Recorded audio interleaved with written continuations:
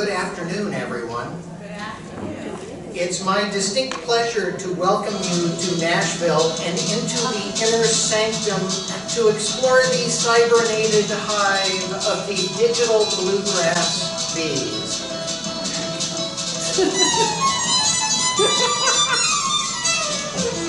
My apiarial associates, the bees, include Bonnie Bee, Diane Bee, Warren Bee, and I'm your guide and beekeeper, Mark Bee, and it is our honor to be here with you for this, our 12th annual collaborative presentation. We have combed the hive to bring you the best in technological tools and pedagogical provocations for early childhood classrooms. Once again, it's our goal to leave you buzzing with excitement, informed, and thoughtfully inspired. Are you awake? Wow. We have long advocated that teachers listen to what it is that interests children and the questions they have, to empower their learning with well-designed tools that allow them to deeply explore what interests them in meaningful ways. Chip and Tamara reminded us of that so eloquently yesterday, but I'd like to take a moment for one serious animadversion. In these times of social, ethical, and environmental crisis, it's imperative that we as educators take a stand, an active stand, putting social justice and ethical practice. And we encourage you to connect with any number of educational organizations that are working for change. So given our focus on justice and ethics over this last week, I believe it's critical as part of our work to address the most existential crisis facing children today. That's the manner in which we are treating our environment and putting at risk the future of the very children we are here to support. That future begins in our classrooms. It starts with us. I encourage you to teach for change, teach for justice, and teach for a sustainable future. Digital tools have expanded children's capacity for accessing, investigating, manipulating, creating, and presenting projects and ideas. In this respect, technology is an instrument of child agency, a mechanism to assist in the exploration of their world, as we so eloquently heard Chip talk about at dawn this morning. However, while the nature of tools available to young children may have evolved, the principles underlying appropriate practices remain relevant.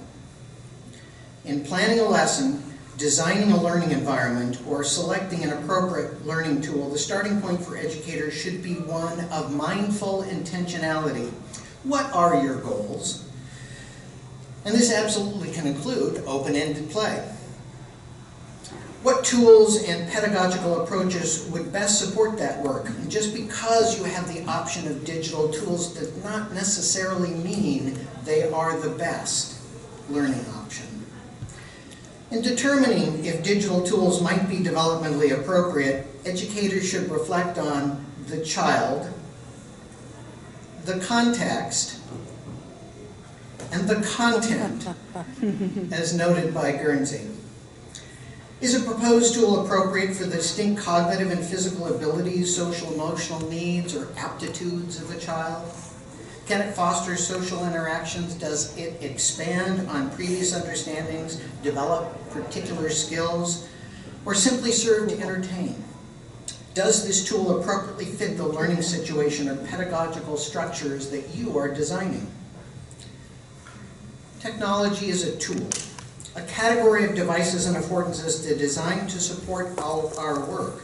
And while it can empower learners in and of itself, it's simply a catalyst, an instrument for learning. The central idea is that digital technologies are the newest form of manipulative material that can empower children's learning. That child-initiated, child-directed, teacher-supported play with digital devices can serve as a powerful learning experience. Playful use of technology embodies many of the same characteristics of play with other materials, and yet not everything is developmentally appropriate for children. Teachers and parents must be very intentional about the manner in which they enable and oversee the use of all forms of connected devices. They need to be the arbiters of intentionality and content and must serve as a bulwark between thoughtful exploration and vacuous digital consumption. Amen. Over the past decade, our understanding of developmentally appropriate practice and the use of digital devices has evolved as we sought to find a balance. And 7 years ago, Chip and Roberta, with the help of the Technology and Young Children Interest Forum, working with NAEYC and the Fred Rogers Center, developed a position statement on technology use that was rolled out much as today's equity position statement has been rolled out. If you've not read it recently or ever, you really should, or you should revisit it. It's powerful and it has held up over those 7 years. I'd also like to point out a new book coming out soon, edited by friend of the bees, Chip Donahue, and containing a chapter by our favorite futurist and prognosticator, Warren. Good. But I'm going to pause for a moment. We would be wise not to deify technology, but to recognize what it can add and potentially take away from various learning situations with young children. Both what you use and how you use it are, in fact, critical. Technology is best when it can increase engagement and foster relationships. However, in these times of environmental crisis, we also need to be aware of how tech use impacts our environment. With increasing power comes increasing responsibility. In the past few years, I've begun to focus on how we can use technology in a more environmentally sound manner so that children might benefit from the affordances it offers while still learning to serve as stewards of the environment. So in my school, we now focus on how we might mindfully utilize science and technology to reconnect children with nature. Throughout the remainder of my presentation, I'll be showcasing powerful technologies and provide examples of their use in support of a connection with nature. All of the photographs in this presentation are taken by myself, the students, or the teachers, all of whom were excited to see their work being presented today. As I've noted throughout my time as an educator and at these conferences, it's not just the technology that matters when educating young children, it's the manner in which the pedagogical structure of its use empowers young learners, as technology can serve to mediate that intimate dance between thoughtful questions and joyful learning. As I've noted, along with technology or media literacy, I'd suggest that a fundamental need of young children in today's society, in today's world, is to develop a sense of ecological literacy.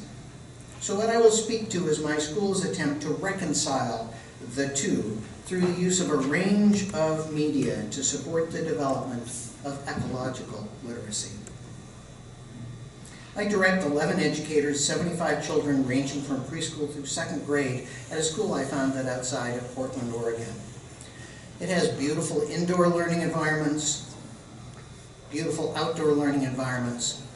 And we just completed a new outdoor learning environment we call the outdoor classroom. It's been designed with great intentionality using only native plants. This is an outdoor learning space for the kindergarten through 2nd graders and a place where the 1st and 2nd grade class spends most of their day. I encourage you to bring your team out to our school and explore what we have created, as Tamara and her team from the Erickson Institute did last year. Within this space, we've just finished constructing what we refer to as the Cedar Classroom, a classroom situated outside in which much of the day's learning is conducted. We are committed to taking learning outside and bringing the natural world into the Cedar Classroom. This includes utilizing a variety of recordings of natural sounds, birds and insects and other animals on those cold winter days when we're kind of locked inside. By the way, we're doing it using an iPod 1.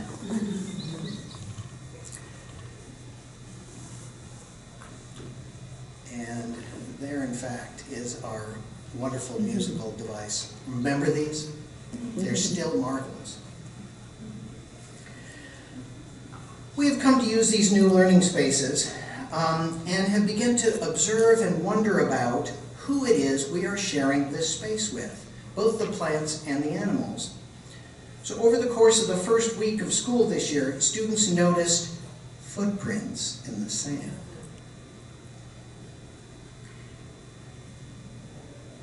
And later on the edge of the small pond we had built, they called the teacher over to say, "Oh my gosh, take a look at what we see there."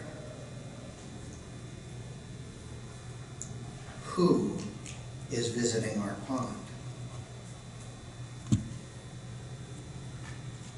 So we began an inquiry unit entitled, "Who Lives in the Cedar Classroom?" in the outdoor classroom.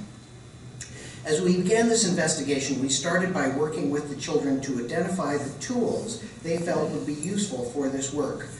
So the technology and pedagogy I'll focus on today includes the use of digital cameras, microscopes, web-based resources, laptops, desktops, iPads. We also utilize old school magnifiers and beat sheets and binoculars and shovels and more. Our overarching goal for this work was to help the students to develop a sense of relationship with the plants and animals and a responsible sense of stewardship to care for those living entities with whom we cohabitate. Ecological literacy. One of the early lessons with children involved digital cameras. And the teachers walked through some photography tips, and then each of the students in the first and second grade class were given their own camera to use for the entire year. It was numbered, it is theirs. They carry it with them when they go outside. These are fully functioning cameras that are child-sized and were no longer wanted by their original owner. Some were purchased from Goodwill. I think I once paid $8 for one of them. They're fully functional. They're great. The kids love them. We've even used some old iPhones that are no longer functioning as phones, but make great cameras. And so then we moved on to, from a beginning with a short lesson on how to use the camera, we moved on to the thing you should do when you give children a new tool, which is then play with it. So they went outside and they took pictures of the teacher and, again, the loss of teeth because it's so prevalent around this age. And they experimented with, oh my, it does black and white. Whoa, I can do inverse colors. And so this was really exciting to the kids. Honestly, at some point, the children started staging live action movies that they edited on the fly in their camera. No, you go here, now we'll video this and then add to this video, and then they play it, and they had great fun with this. Can you imagine digital play outside? Then the teacher set up an old iMac that we had and created a library, you can see, for each of the students with their names on it. And so taught the students how to charge the camera, how to download their images, and then began to share them with the rest of the class, and this would cause a conversation about what they saw, where they saw it, what it meant. Now back to the footprints. One of the students proposed putting a camera in a tree and leaving it on so we could see what might be photographed. This was a really thoughtful strategy, but as you might have guessed, it was not the most successful. After some problem solving with the children and talking about options, I spoke with the parent of a student in the class, and she let me borrow a motion-activated camera. She might have been a biology professor. This approach proved revealing.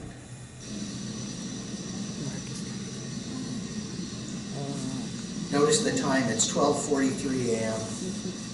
Mm-hmm. Oh my gosh, busted. It's a bandit. That's good.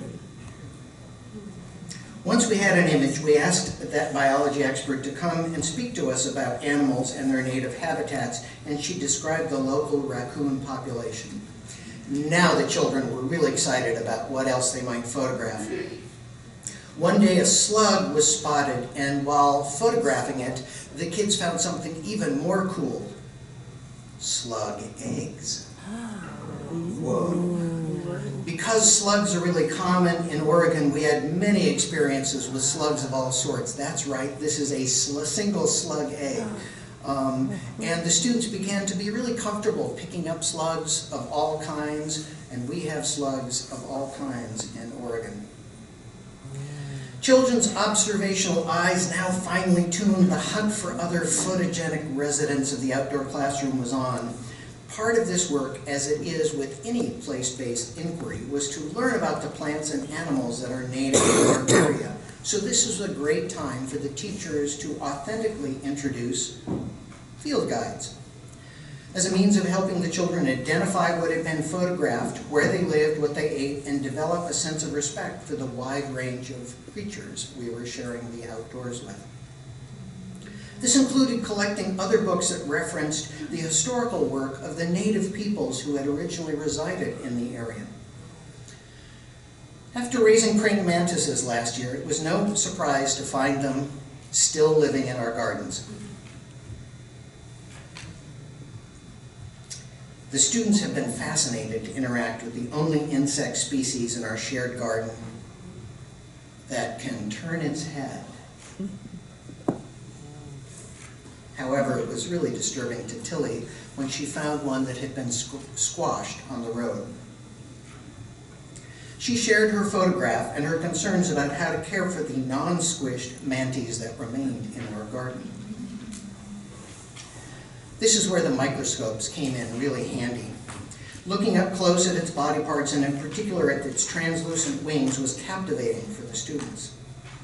They're really skilled at using these digital tools, microscopes in particular, because starting at age 3, they have been using microscopes to explore the world, and in particular when it's parent night, it's great for the children to show their parents how they can use this microscope, and much like the 3-year-olds, parents immediately pick it up and stick it on their forehead or in their hair, or there's that mole that's looking pretty old that they put it on. It instantly transports these parents back to childlike behavior. So, last year, when filling our pond with water for the first time, the students wondered about the creatures that were swimming through. And I don't know if you can see, there's wiggly things there, and also there's going to be one that crops up, let's see, right about down, and there's somebody, there it is. These guys. Yeah. This pond was filled with thousands of these. Wonderful. And we're like, oh my gosh, we didn't put them in the pond. How could they have gotten there? And what are they? So the quest was on. We used multiple microscopes and magnifiers to attempt to gain up-close photographs of these elusive creatures who obviously had moved in. And finally, we were able to capture an image using one of our microscopes. Mosquitoes. They're larvae. The family of microscopes we use are all proscopes made by Bodolin and in Oregon. They can be used inside the classroom, including inside the pumpkin by 3-year-olds, and in the outdoor environment by 8-year-olds and my grad students. They start at a little over $100. Why microscopes in general? Because after decades of experience, I've come to believe that digital microscopes are the quintessential early childhood technology. They empower young children to explore otherwise hidden worlds and instantly reveal new perspectives through a tool they can manipulate in their own hands and share with others. There are 3 different types of microscopes that are used at our school and that are available. They are wired, wireless, and affixed or attached. Here students are exploring the bark of a tree or the moss living on an aging stump using a scope wired to the teacher's laptop. Some of the Proscopes that are really cool can be connected wirelessly to iPads, and in fact, one microscope can be connected 256 iPads simultaneously, and if you press the button on it, it takes a photograph that can be sent to all the iPads at the same time. So a class set, this works really well. And it has a range of about 100 feet or so. So it really is quite an effective tool for sharing with a class or for individuals to explore hard to reach places. You know, imagine if you're attempting to look at a spider's web, you can't really bring it inside, but you can take this microscope outside and you can look at the spider in its web without disturbing it in its natural habitat. So the micromobile microscope is one that attaches to an iPad or an iPhone with a little clamp, and it just basically is a magnifier that uses the camera that's already built into your iPad or iPhone. And it's amazing. You can just set it on something or touch it to something, and it really takes great photographs. And so kids carry it around the outdoor classroom and will set it on things, and it's pretty amazing how easy it is to use. So now I want to show you a non-digital scientific tool known as a beat sheet.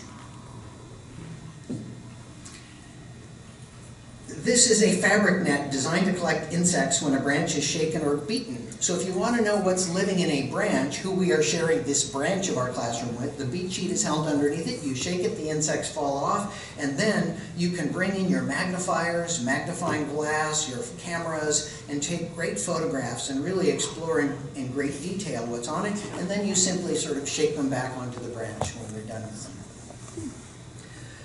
This doesn't mean all we use is digital tools. In fact, there's some old school magnifiers that are used, and so the kids will wander around with magnifying glasses or sort of cup magnifiers that are really helpful for their explorations.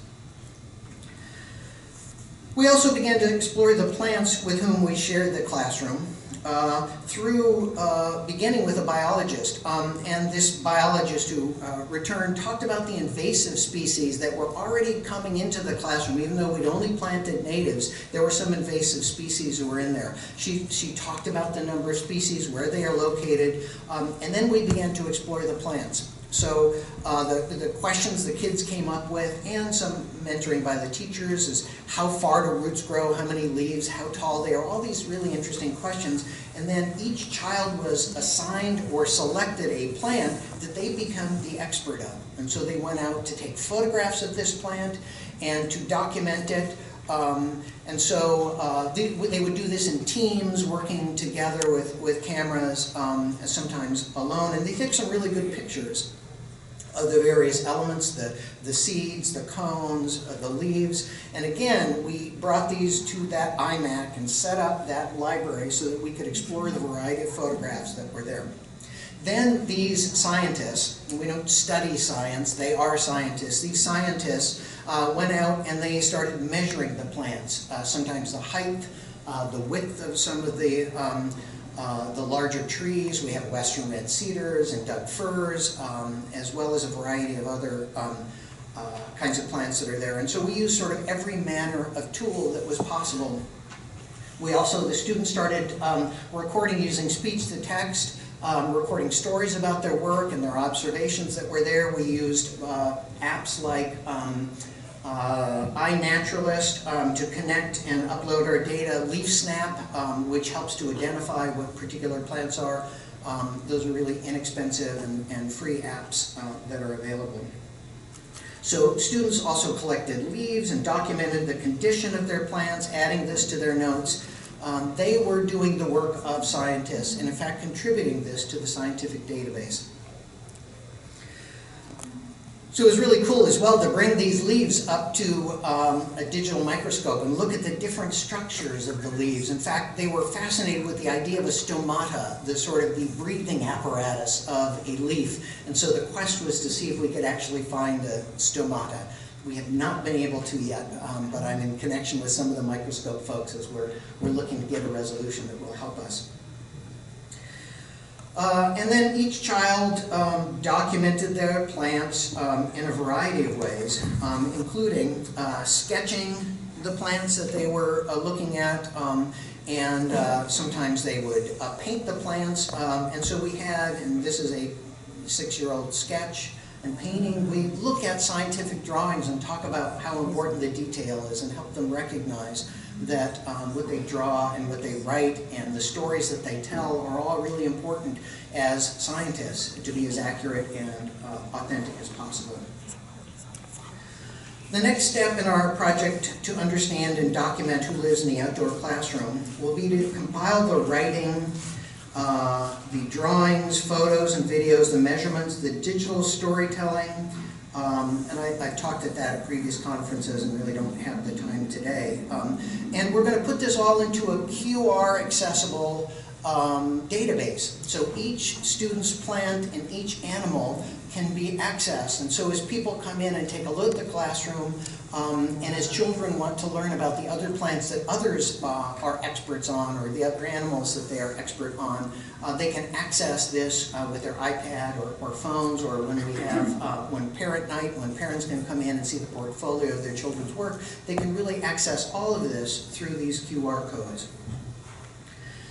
So I've used this story as a means of sharing some of the techniques and pedagogical approaches I've been working on and documenting over the years, with tools including recycled cameras, old iPads, and that original iPod 1, a variety of microscopes, and many other cost-effective and reused technologies. Throughout this project, we have listened to the children's questions about who lives in the outdoor classroom and developed it into a place-based inquiry project, teaching them how to systematically explore a question. We empowered their investigation by providing a wide variety of tools, including some technology, and helped them learn how to use these tools to inappropriate new ways to develop their media literacy. And we're helping them compile their research into that virtually accessible database to deeply explore native plants and animal species in a way in which they and we are interdependent. And we'll invite those parents in to see the work that we've been doing. As an essential element throughout this experience, we've been working to foster students' ecological literacy and connection with the plants, animals, and place where they live. As David Sobel notes, if we want children to flourish, to become truly empowered, then let us allow them to love the earth before we ask them to save it. Technology is not a panacea in early childhood education. It cannot serve in the place of a thoughtful educator. What has always mattered is planfully intentional teachers who understand a wide range of pedagogical approaches and tailor the use of specific approach with specific tools, sometimes including technology. In learning situations of all varieties, it's critical to listen to children and observe what ignites their passions. When the catalyst might be a technological tool, seek to empower their learning with a high-quality, developmentally appropriate selection and allow them to dwell in extended, playful experiences, to go deeply into meaningful exploration, and support them with gentle scaffolding where appropriate. The techniques and tools that I've demonstrated today don't need to be implemented specifically with your own dedicated classroom. This can start at a local park, it can start at the library, there's boulevards, birds live everywhere, insects are ubiquitous. This sort of thing is something that you can start just about anywhere and build outwards. I want to leave you with a recommendation of a couple of really transformative books. These have nothing to do with technology and yet are really powerful with regards to our connection with nature. It's a work by Peter Wohenbein, The Hidden Life of Trees, and then there's a children's version that just came out about a month ago, Can You Hear the Trees Talking? It's the most amazing book I've read in the last 10 years, and I read a lot of books. Children don't see the work and play they do as science or engineering.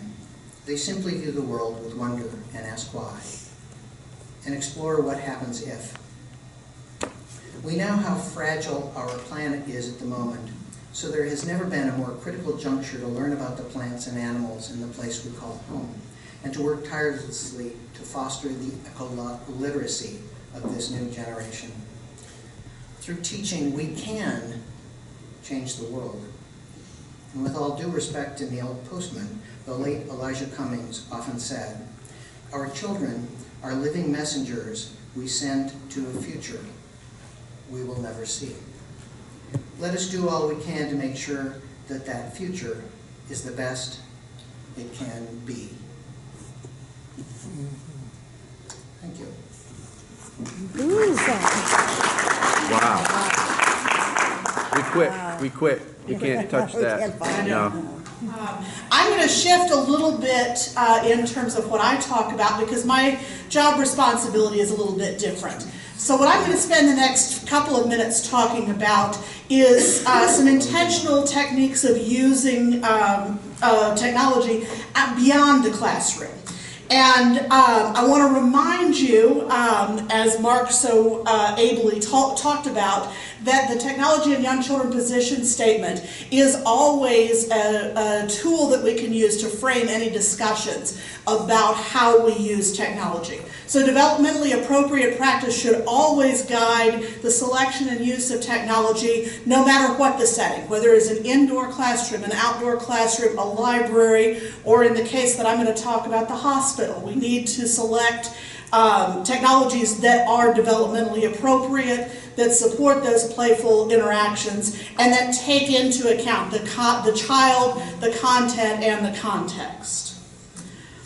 So let me tell you very quickly, for those of you who are not already aware, about the field of child life. Child life is a field, a relatively young field compared to other professions. The goal of child life specialists, the professionals in this field, is to support children's social and emotional development and learning in healthcare settings. Primarily in hospitals, although there are child life specialists who work in hospice settings, in doctor's offices, even in places like funeral homes in a few cases. And their goal is to provide that social emotional help and support.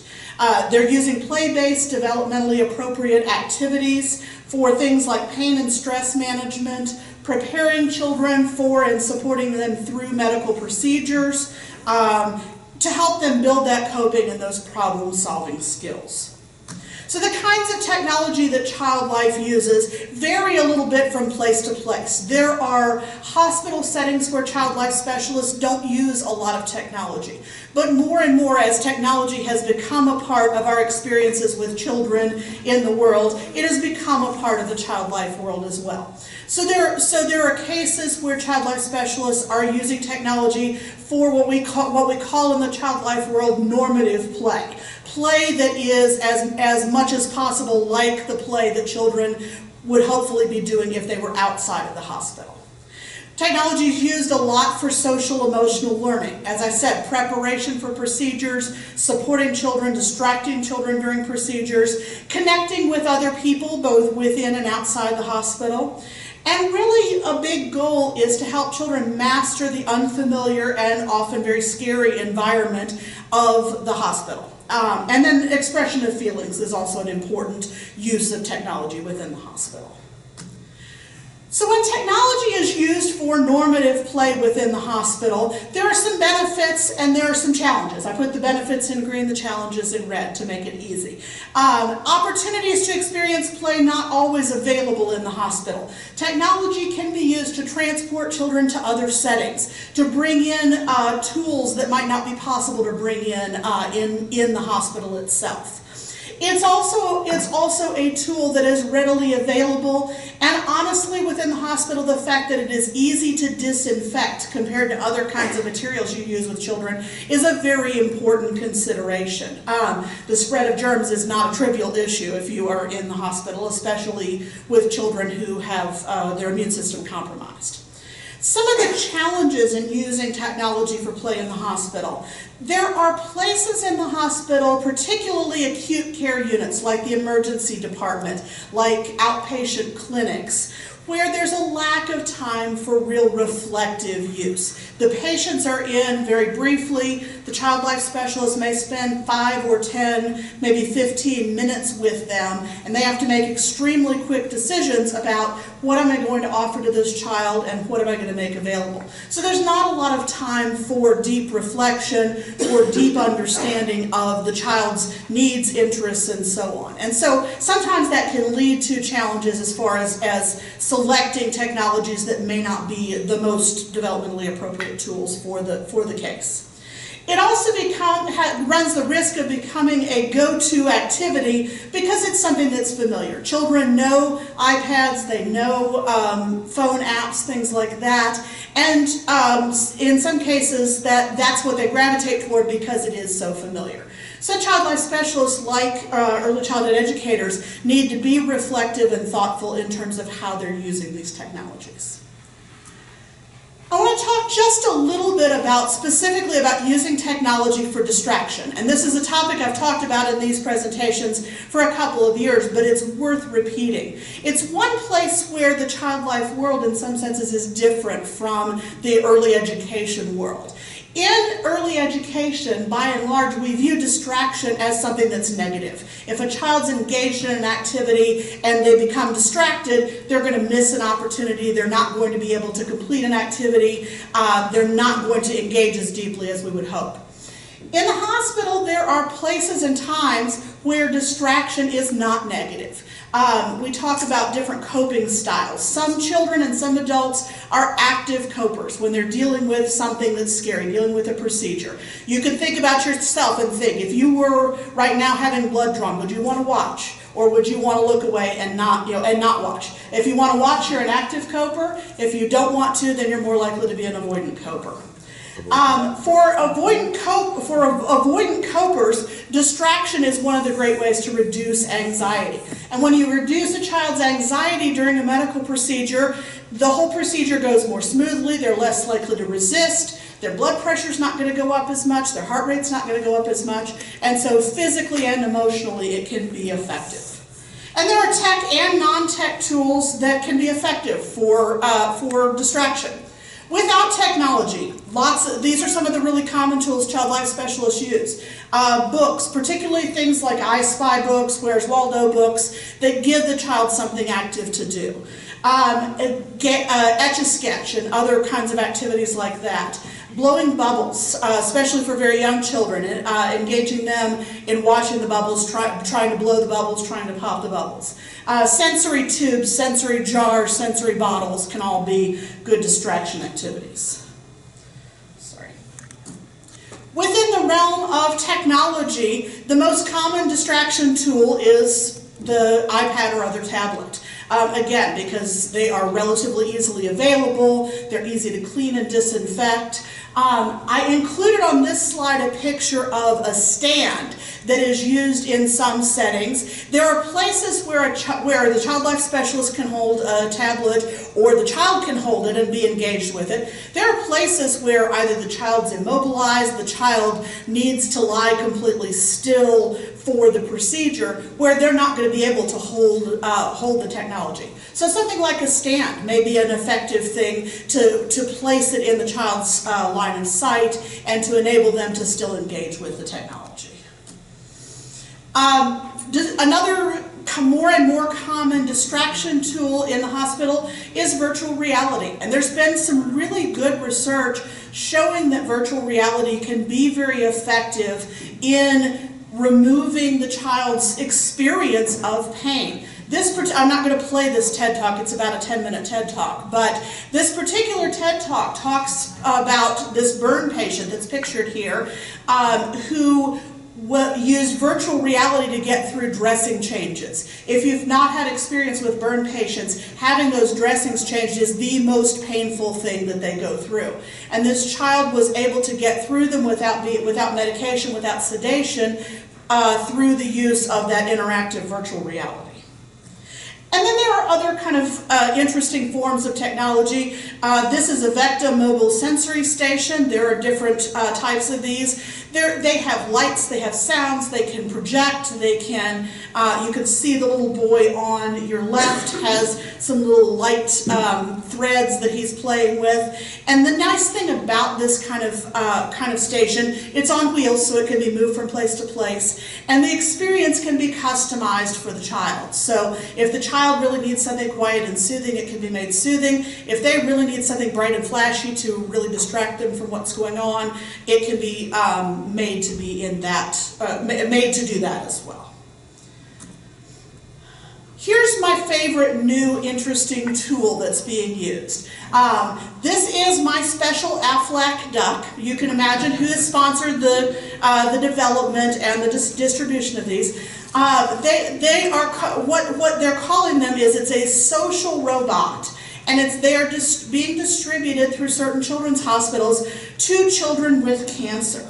And so it's intended for children ages about 3 to 13, distributed through hospitals. It is not available for sale.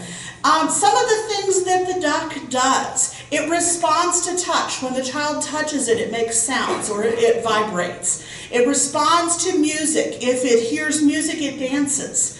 It responds to light. When the light goes down, it goes to sleep. So it's responsive to the environment. The child can feed and bathe the duck. Now, they're not feeding it real food. They're not bathing it with real water. But there are virtual experiences. It can connect with an iPad app where children can experience this, although it can also be used without it.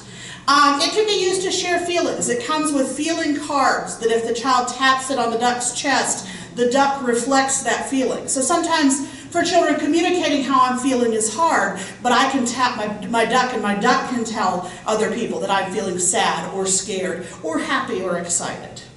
The child, one of the important things for a cancer patient, the child has a port implanted in its chest, as do many children who are receiving long-term treatment for cancer. And so the child can give the duck medication through the port. And so when the child is facing that kind of procedure, which can be scary, they can deal with that stress by giving it medication.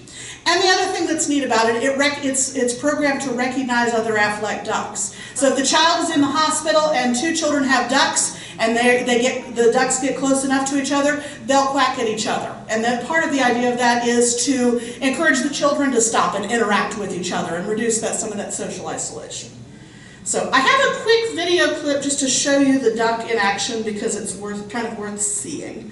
Everybody knows the Aflac duck. Nice. We wanted to bring the Aflac duck to life into a caring companion for children with cancer. Look at this. It responds and moves in a lifelike and natural You can way. see a little bit of what it looks They like. bathe their ducks, and when you tap these different cards to the duck's chest, it behaves with that feeling to help children communicate their feelings. By the time the duck is shipping, we will have spent 18 months designing, testing, and iterating with hundreds of families, doctors, and experts. What do you think the duck is singing? Duck is singing. Yes. First and foremost, the duck is a constant companion for children throughout their treatment journey. He's kind of cute. I'm sorry. Maybe he isn't breathing, or we're going to have natural breathing. Just a tiny bit faster. Perhaps most important of all, the ducks can share in the patient's experience.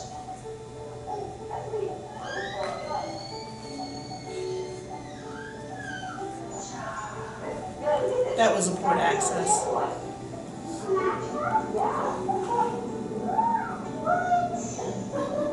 I think it's so awesome. You just feel comfort, with something like that. I really like the Aflac duck to be your friend, to help you get through all your tough times here. I think the duck has the potential to have a huge impact on our patients, our families, and our healthcare program as a whole. So Jack, what y'all want to make it happen to give everybody more to help? That's the goal.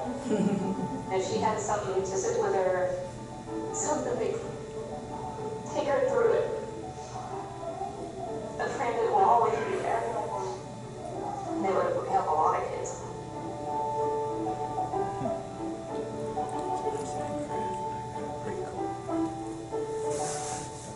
Okay, I'm buying new insurance. You're able to see the slides now? Yep. Okay. So that gives you a little bit of a taste of what sort of one of the state-of-the-art things happening in terms of children's social emotional support in the hospital. I did not. No. What if we could make a No. Now it's going to play all the time. I wanted to very quickly mention that there are apps out there for medical play. A couple of the really good ones that seem to be there, My Play Home Hospital, and then there's Toca Life Hospital as well.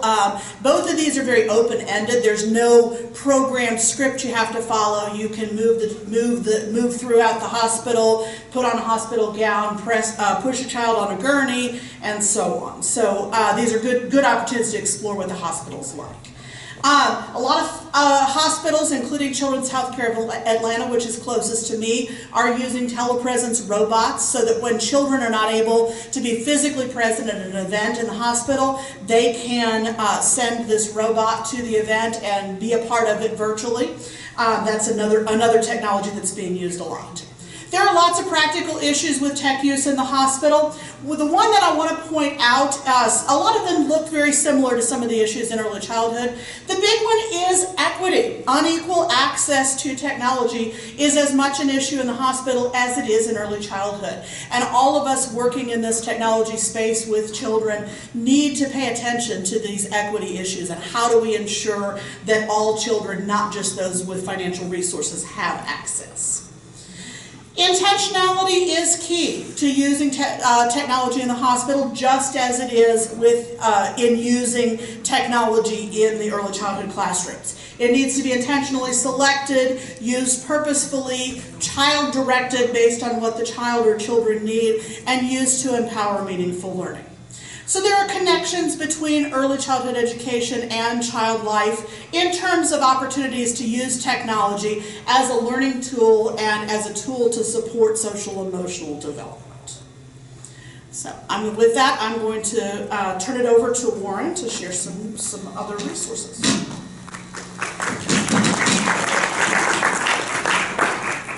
Hi everybody, thank you for that, you guys. The bees are buzzing. This is our 12th year. I don't know if Mark said that. And time does have a way of passing, but good. It's like a family. It's really good to be back in preschool. So I want to do two completely unrelated things. I think as older we get, we start realizing how we're educators first, or naturalists, or and then we find the technology to match our passions. So this is my primary job, and that's CTREX. So our database, ctrex.us or childrenstech.com. If you go to that website, you can use the password and username NAEYC. I think you know how to spell that. And you can get in for free. So I'm signed in right now, and if I do hospital, I can find what is available for hospital stuff, including Toca Life Hospital, and I can see the ratings, and oh, what's that? There's a blue seal there. That means we've reviewed it with our Fred Rogers rubric. That means... Did you say the website again? I'm sorry. Well, it's childrenstech.com, or ctrex.us is the shortcut. And so we started reviewing products with an ethical rubric. It means it doesn't try to get you to buy something. And, oh, what's this? Video. So I can actually see what it does. Hi, this is Warren Buckleitner. Today looking at Toca Life Hospital. Oh boy, you want to turn that off. Yes, there are a lot of rubrics. These are high scope key experiences. So this is a educator designed thing from the ground up. Actually, this started at high scope a long time ago. Screenshots and so on. And then you can leave your own rating. EX stands for exchange, so it's Children's Technology Review Exchange, and I'm going to show you an important list for us, and that is, because I'm an early childhood educator in my heart, there's a whole section for early childhood. So you just go to top ECE picks. These are ones that I've tagged that that are all sort of high rated, and this was rated last week. You guys well seen it? And includes toys, includes apps, includes all forms of interactive media. So if you teach someone to fish, they can feed themselves, and that's the idea here. I want to take you all to the neighborhood.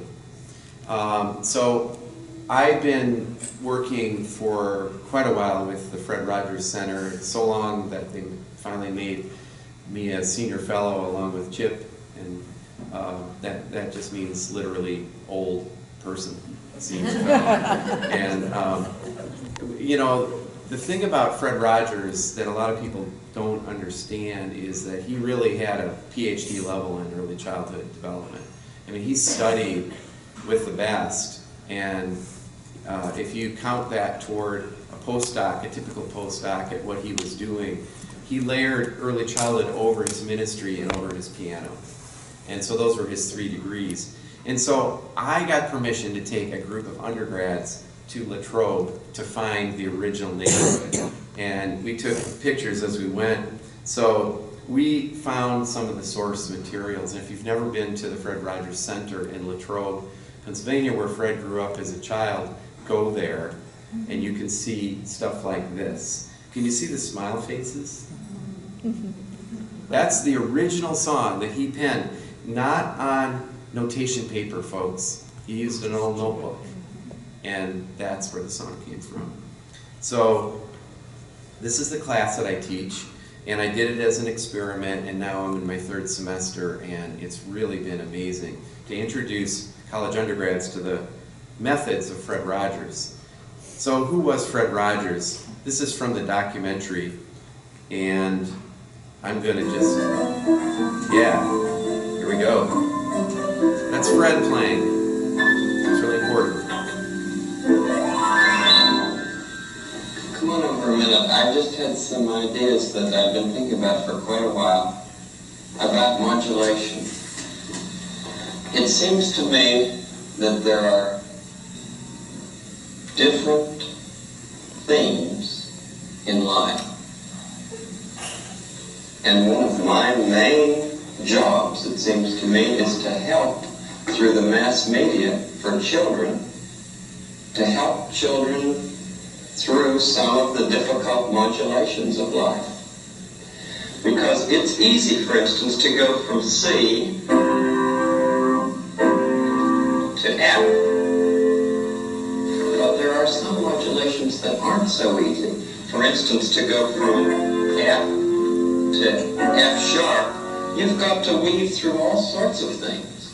And it seems to me if you've got somebody to help you as you weave, maybe this is just too philosophical. I just maybe love I'm this. trying This is to Fred. combine things that can't be combined, but it makes sense to me. This is the most essence of Fred that I think, and it came from the documentary. So if you haven't seen it, study it. We all need mentors, and Fred is a really good mentor to sort of take. And of course, the movie with Tom Hanks comes out, and if the other resource I can recommend is the book. Go online right now, buy it for $11. It's Max King's The Good Neighbor, and it really has an unvarnished look at Fred's life from birth to death. And see, you're doing it good. Really, really easy reading because Max was the executive editor of the Philadelphia Inquirer. He knows how to write, and it's fun to read that kind of a book. So I used the book as my textbook, and so I decided to get the kids out of the classroom. I got these vans. I talked another professor into going with me, and we set forth a 5-hour trip with a lot of tuna sandwiches. And that's my colleague in crime, Josh Fishburne, came back. Josh, by the way, weighs 143 pounds, and I'll get to that later. But we had to first learn how to drive these vans. And then we stayed at the Arnold Palmer Hotel. Why is that important? Well, Fred and Arnold Palmer went to school together, and it said they actually played golf together. Then we went to the park, and we saw, at the recommendation of the center, you can go and sit in the statue. So here we are at the hotel, just getting in Latrobe. It's an exciting feeling. It's such a good feeling, yes. The bartender also didn't know who Fred Rogers was, says Latrobe. It's like she's pronounced it differently. It's not Latrobe. What is it?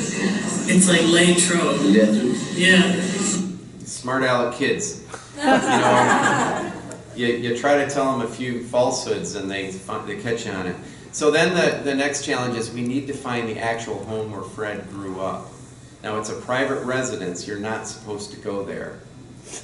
We decided to go there.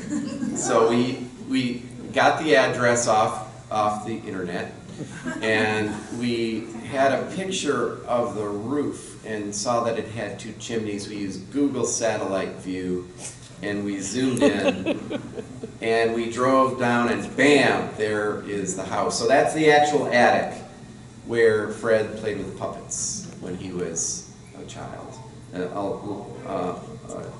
only child for 10 years. That was so cool. Then the picture in the park, those are the classmates. Most of these guys really don't get out of New Jersey much. And then we went to his grave.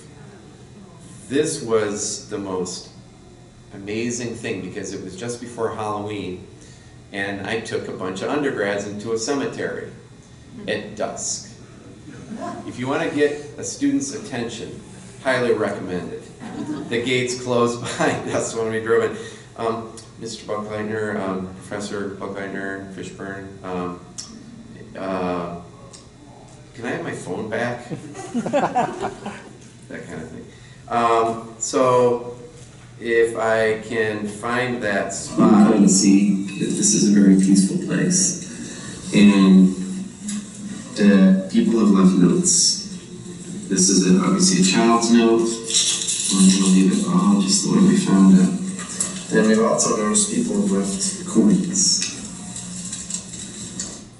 So these notes were current. They were within the last week that we'd been there, and you can see the influence that Fred had by reading these notes.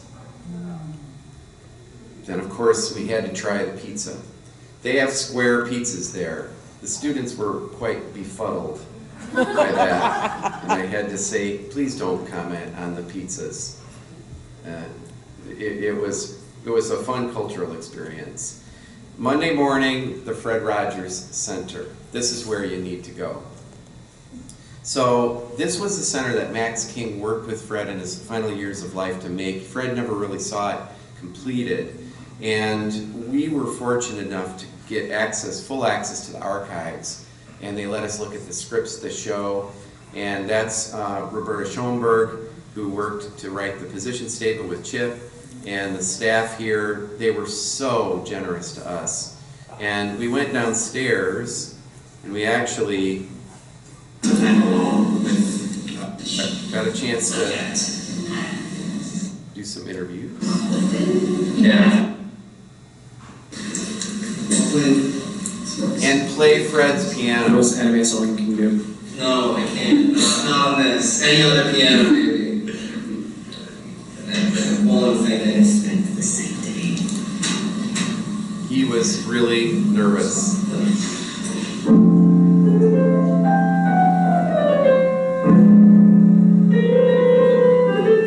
So that's a 1920 Steinway that Fred bought when he was 10. So anyway, a lot of cool experiences. Looking at the scripts, the music show you may have seen when the Empire Brass came on. These are the notes that started on an air sickness bag. And all of his personal notes about who he knew and so on, they laid them out on the table, and so we could study those methods. And Fred did a lot of iteration, you can see here. And we went home.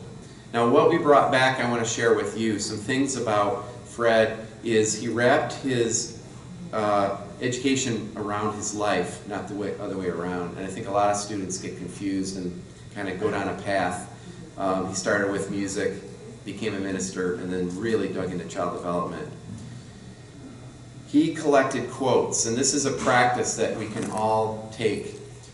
Whenever you pick up some wisdom, such as some of those words Mark said, write them down, because that's representation. Then it'll stick. And Fred always had quotes in his wallet, according to Joanne, his wife. So start your quote collection, and this is our textbook for our class, a blank notebook. And we share our quotes every week from whoever makes them. One of my favorites is, why go to college? Because you want the inside of your head to be an interesting place to spend the rest of your life. By Judith Shapiro, Barnard College. Share a quote with your neighbor. I don't want to take time, but I'd love for you all to share your favorite quote with your neighbor. So there's some more. We shared and found a lot of good quotes. Principle number 2, stillness. Fred was the master of stillness. His favorite trick was to turn a glitzy speaking engagement inside out and turn it back on the audience, as he did when he got this award.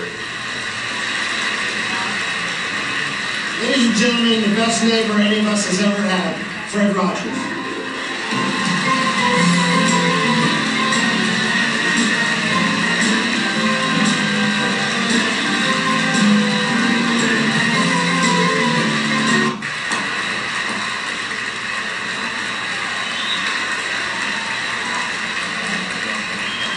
Themselves are special, and that brightened with. So here he goes. What would you do if you had a night in Hollywood? Watch what Fred does. Always a beautiful night in this neighborhood. So many people have helped me to come to this night. Some of you are here, some are far away. Some are even in heaven. All of us have special ones who have loved us into being. Would you just take, along with me, 10 seconds to think of the people who have helped you become who you are? Those who have cared about you and wanted what was best for you in life. 10 seconds of silence. I'll watch the time.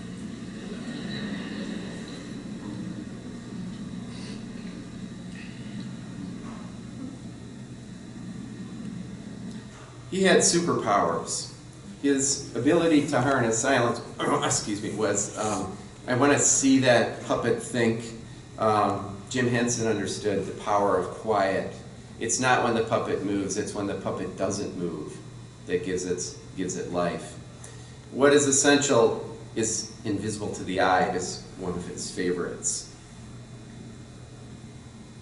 There's a lot, there's a lot of that. These are the 6 ingredients that Rick Fernandez sent me that they found in the tapes of what kind of ingredients does every lesson that you prepare or every piece of media that you make have. So take a picture of that. That's a really 6 things that are good for Chef Fred Rogers to put into his shows. And then love is power. So 143, that's how much you weighed. And that's how much Josh, my fellow professor, weighs too, which is spooky. To quote the Beatles, it's about relationships. That was from this morning. Make lots of them and focus on simple interactions. And then the last piece is making goodness attractive, and that's what I try to get to the students, and that's the challenge. And it is incredible how much we were able to find of goodness in things like YouTube and on social media. That good, you can see all of the Bob Ross paintings. For example, one student found the PBS artist, right? That's the epitome of stillness. And that's on YouTube. And so YouTube can be the greatest evil. YouTube really is a reflection of culture. It's a reflection of us, of humanity. So it has good and it has bad. So find the good and make the good. More quotes. There we had so many quotes. And then the last thing is, and this is a great little pro tip for life, is focus on, if you're in front of a group of kids, focus on one child. That was what Fred did. He looked at the camera, and he got that from Gabby Hayes. One of if you're old enough to know who that is, you're older than me. Focus on just one little buckaroo, Gabby told Fred, when he was saying, Gabby, how do you relate so well to children? Look through the camera and think of the sacred space between that one child and yourself. 3 words: courage, love, and discipline. And they were on display when he gave his testimony to Congress. So anyway, that was our field trip. We ended we got a jazz pianist and I played my cornet. It's this song.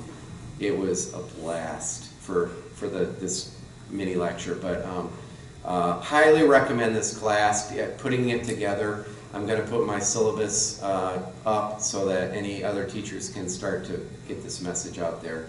And I just thought I'd share that with the bees, because that's what I've been doing for the past year. Cool.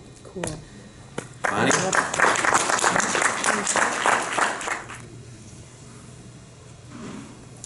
And recently, NAEYC came out with the Advancing Equity in Early Childhood Education position statement.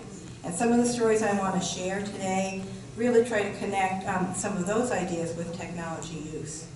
And you want to make sure that children have the right to equitable learning opportunities and build on their unique individual and family strengths, cultural background, languages, abilities, and experiences, and eliminate the differences in educational outcomes. And let's take a look at what that looks like in practice. How can we use these technology tools to increase access to learning, opportunities to build community, and develop partnerships? I want to thank Juana Rodriguez-Vesquez, who was here until this morning, Migrant Educational Regional Coordinator at Mano a Mano in our small rural community in Millbridge, Maine, coastal community. In the summertime, in that community, there is blueberry harvesting, and families migrate into the area. And Maine Migrant Education has a 3-week blueberry harvest school. Since it's such a short time, Juana was working with 5- and 6-year-olds, and she wanted to be sure to start off with building community. And some of the children were new to some of the technology tools, so they really enjoyed having the chance to use them. Juana started off with thinking about something that all children need to consider, and they don't always know, but how do you make friends? And she's also wanted to share some discussions, or have discussions with the children about superheroes, something that they really get a lot of in their own environments, thinking about how to interpret those messages and also how to consider who are heroes in their own lives. So that very first week, she read a lot of books about friends, and with the children they made a list of words describing, what does it mean to be a good friend? How can you be a super friend? And then as part of their writing activities, she had the children sketch out how they felt that they could be a super friend, make a drawing, and do some writing. She used the app Clips, which is available for free on iPad devices and phones, but also a lot of photo apps have filters. And so since they were kind of doing the superhero theme, they used the filter to make a comic version. And so every child had their own image of how they were a super friend combined with their friends' images. Recently I read a book which I would highly recommend, No More Culturally Irrelevant Teaching. And in that book they talk about it's important to be, in terms of being culturally relevant, to have children at the center. And if we want the children to be successful learners, we have to communicate that they belong in our classrooms and they need to see themselves, their cultures, their families, and their communities reflected in the materials and resources they find there. Not always easy, as people who are out there looking for these materials may find. Juana wanted to be sure everyone was welcome, and she didn't know all of the languages, but she found on YouTube a welcome song that the children would sing every day in English and Spanish. And then over the course of time, since there were other languages in the children spoke at home, like Mi'kmaq, Creole, and French, over time they were able to learn, with the help of the children and staff, how to sing this welcoming song in all of the language so everyone would feel welcome. They also had one of the staff members help lead a dance, because a lot of the children were from, and sing a song, a friendship song in Mi'kmaq, and do some drumming, which was very much a part of the culture of some of the children in the group. They went on with the Super Friends themes and used Play-Doh and made Chatterpix Kids as an app for digital storytelling.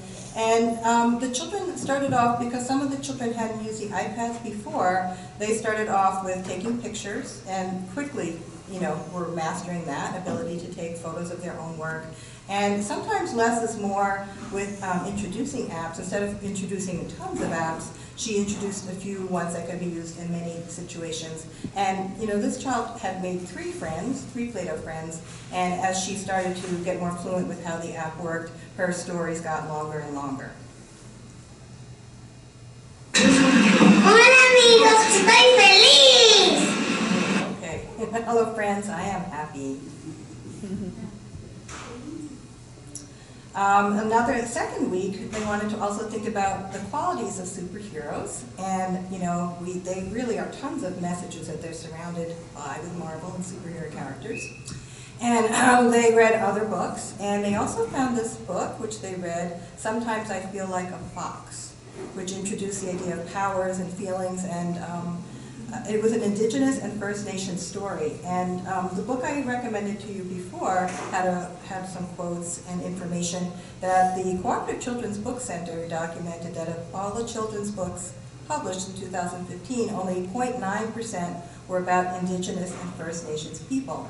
So how do you provide those culturally relevant materials? Maybe you make some of them yourself, and you try to find them or advocate for them. So the children selected an animal they feel like. They did some drawing and writing about why they feel like that animal. And then, again, using the Clips app, which is really easy to use. And actually, even though I use tech, I'm not that savvy, honestly. But I always want, if it can help a child learn and increase their access, I always persevere. But the Clips app is actually quite easy to use.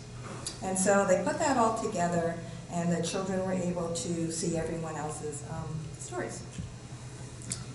Again, that book that I referenced, I really love what they were saying about classroom bookmaking, because it showcases the wealth of difference in the community. Look at all of us together, honor students and their interests and ideas. They can easily be revisited and shared, and it teaches the power of literacy. I know that you may have had this experience. Sometimes there are children who really are very shy, quiet, really don't want to speak, but they want to be heard. And sometimes these tools allow for that. And another great quote from that book, books and other classroom materials serve as both mirrors reflecting one's own world and windows providing entryways into the world of others. And they make the point that for some children, there just aren't mirrors, and there's a lot of windows. They just don't have that opportunity. The Chatterpix Kids, that whole list are some of the digital storytelling apps that we've tended to use over time that are pretty easy to use. The third week, they started to think about the children themselves as superheroes and what are superhero qualities, and also abilities. I'm sorry, this is the second week, abilities that they would like to have as superheroes. And they did body tracing and drawings, and they posed with their drawings. And their video collection of all their images of what they wanted to do. This little girl was writing about the fact that her superhero abilities would be that she would like to fly like a butterfly. And again, the things were put together so that everyone could see everyone's work. Considering real-life superheroes in our world, the Galapagos Girls story, which is a bilingual book, looked at a young girl who had grown up in Galapagos and went on to be a scientist, and how she's trying to care and maintain that environment. And that was just one of the picture books of that third week. And then the children started to consider who were superheroes in their own lives, and they made some masks, as you can see. And this little girl's superhero is my daddy because he plays with me. And all of that was put together, and the children really enjoyed repeatedly looking at that. And it was also shared during an evening family engagement event.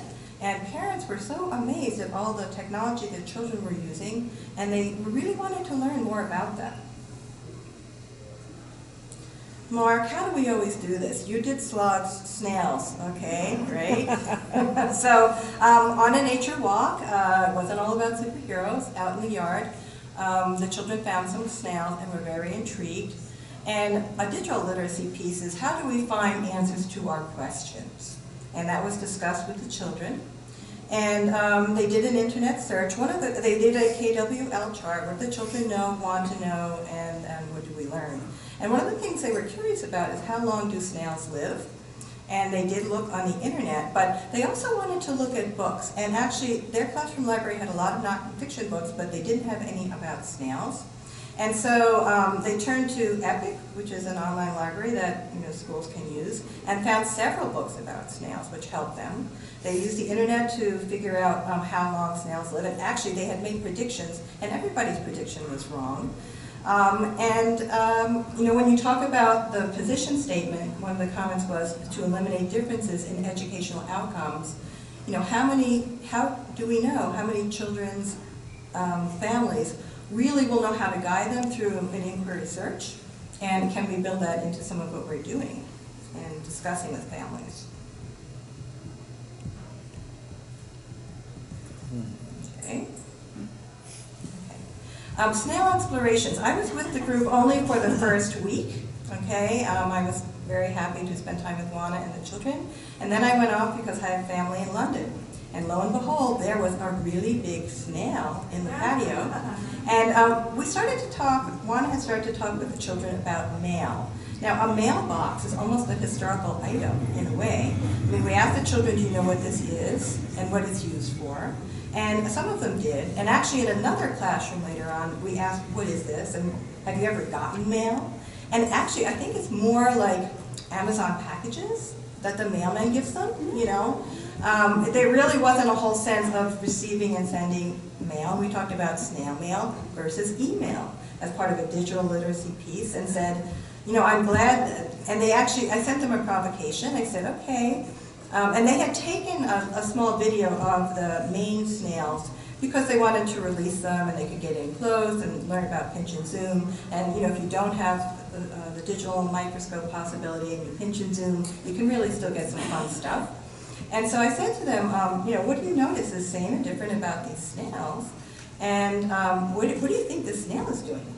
And they had fun. They were sitting and doing their writing table, and they wrote back to me, and we started a correspondence. And I said, thank you for sending it by email, because otherwise I wouldn't have been able to correspond with you. I want to switch now and talk about thinking about accessible PD materials and some making and tinkering with STEM stories. I want to have everyone in the group, sometimes people spend a huge amount of time and effort creating publications, and it's not really accessible to the largest amount of people. Think of who you want to reach. Is this maximizing your outreach?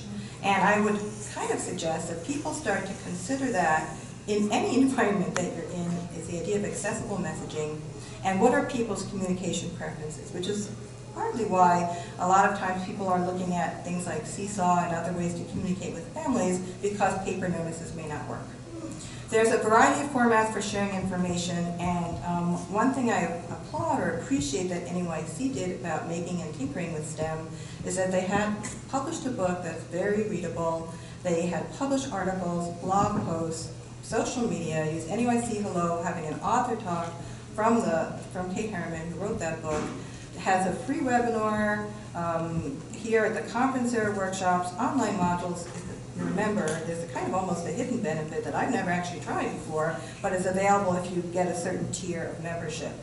And then short video models, examples. If you think about teachers and how they really want to learn about things, I asked college students this once, how do you want to learn about UDL? Here's a video, here's print, which one works for you? We have to think about people's communication preferences. So I appreciate the fact that this information was put out in a lot of formats. So we're going to very quickly talk about, how this looks like in a public pre-K classroom, thanks to Gwen Worcester, a colleague there, and the family she works with. So she was doing an investigation that, it had some digital storytelling within it. How do we blow bubbles? And the children talked about how they blow bubbles. She read an informational book, and then they made predictions. We had a whole bunch of potential bubble blowers, and she had them sort them, yes or no. Will they blow bubbles? They made predictions. Went outside, tried them out, and tried to see if some of the no items, like a straight pipe cleaner, could possibly be changed into something that could blow bubbles. And as you see, the middle picture was the pipe cleaner. They did figure that out. And then there was a plastic salad container, which also worked really well.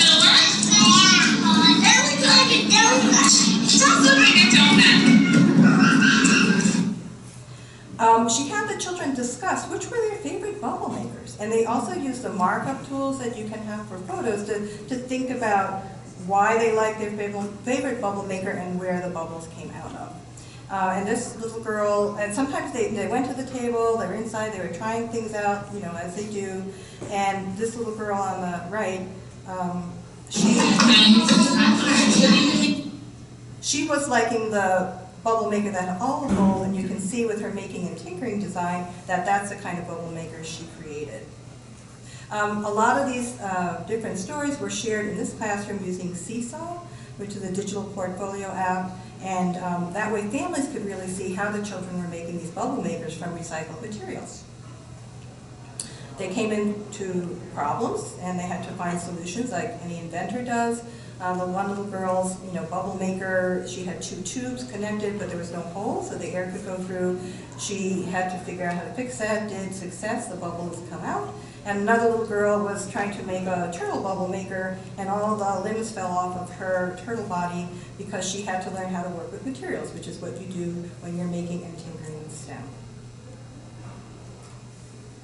It turned into a digital storytelling activity because one of the picture books in Kate Harriman's book about making and tinkering with STEM is called Bubble Trouble.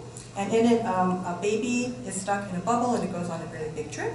And in this situation, this one little girl blew bubbles, made a big bunch of bubbles through a hands-on activity and took a photo of that using the iPad. And she was debating the teacher whether to use Draw and Tell or Seesaw. Sometimes you have to try out both tools. She decided to use Seesaw because it was a lot easier to move from, because there was markup tools in Seesaw, but easier to share that out with the family. So here is her mom in a bubble. And she started to dictate her story about Mom in the Bubble, and she was so excited by the digital storytelling that carried over onto the writing table where she did another story about her mom in the bubble. And I made a note here, if you're a member and you want to look a little bit more closely at new communication tools, there was an article in the September issue of Teaching Young Children that talked about how we're wishing to try to not only inform families, but really involve them through things using tools like Seesaw. This is me, Mom, and we're in the bubble. And this is me, Mom, and we're on the beach. And this is me and Mom again, it says. Then it says, I love you, Mom. Then it says, I love you, Mom again. And then it says, the end. And the making and tinkering, look at where else that can happen. It could be in community settings. This is at the public library back in Millbridge, Maine. And it's this makerspace activity that was just sent up. There was an event like, I don't know, maybe it was the Day of the Dead, kind of celebration in that community. And there was a whole bunch of cardboard and stuff to make things with. And actually, I also brought in the Quiver app. And the idea I had was that they could take a circle. And if you've ever seen the Quiver app, in the middle, you can see this little boy had colored that circle from the story The Dot and was using the iPad with the app called Quiver to make his circle become 3D and march it around the room. So my idea was that the children could use craft materials and maker materials and make these circles and make it come into a 3D object and walk around the library with them. And in actual fact, they had so much fun making and tinkering that they really didn't. They saw the Quiver app, but were not that interested. Sometimes it's the context. In this case, this little boy is taking his circle and trying to use his maker space claw to capture the 3D ball. Information curation, wasn't aware of Wakelet, and my friends in the back have introduced me to Wakelet and created a monster because it's a really fun way to organize as a group and share information by sharing just all different resources. So I find a topic like, for example, family engagement. Are we actively talking about how grandparents could be reading at home with their children even if they're at a distance, like through video chat? You know, I have grandchildren in London, so I want to explore all the ways that grandparents are actually staying engaged with their children from a distance. And other kinds of interest areas always pop up, like literacy of the laundromat. There are now a lot more efforts in laundromats to promote literacy in communities, and I'm wondering if there's some digital literacy pieces that might feed into that. Maybe there's books in English or English and Spanish in one community, and maybe what if we put a QR code in to some folks reading the books, and would that be useful for families who may or may not have been read to as they were young, in that kind of thing that I'm always curious about. But I can use Wakelet to take all the different articles that I find about literacy at the laundromat and collect them easily where I can go back and refer to them, and I can involve friends, like my two friends in the back, Katie and Wendy, who I put there. Actually, Katie and Wendy are in the back. You can see them. I put them there in the corner as a thank you for introducing me to Wakelet. But they also are great folks to follow because they're doing a lot of cool stuff on Twitter. Last slide. To continue the conversation as NAEYC members, please sign up if you would like to stay in touch through the profile. When you go in as you're a member, you can sign up for different interest forums, and if you do that, then when Diane, who's one of the facilitators there for the interest forum, sends out a blast about a conversation or something we're going to do during the year, then you will automatically get that. And please join in the NAEYC Hello conversations, because we're going to try to have some more related to tech use, or follow the ones that are on there. Or start your own. Or start your own. Or start your own. Find some interesting resource, please, you can bring it in and share it there. And then just think about the fact that, okay, there's a new position statement out, or the existing position statement, which Chip and Roberta, thank you. I always start my own presentations with a thank you and some quotes from the position statement that you did. And I always mention the 5-year follow-up article, which I also love, where they looked at all the research and the policies and summarized some points of agreement. It's great guidance, also from NAEYC. And I always ask people, this is the foundation on which our practice should be built. Have we read it? Wanting to make sure people know about it. So, okay, this is the question. Have you read it? If you haven't read it, can you read it? And can you bring some of that information forward in different ways, whatever's going to work, into your community and whoever you're working with? And that's it. So if you have any questions, thank you very much for listening. And that's it. I think I went over a little bit, but appreciate it.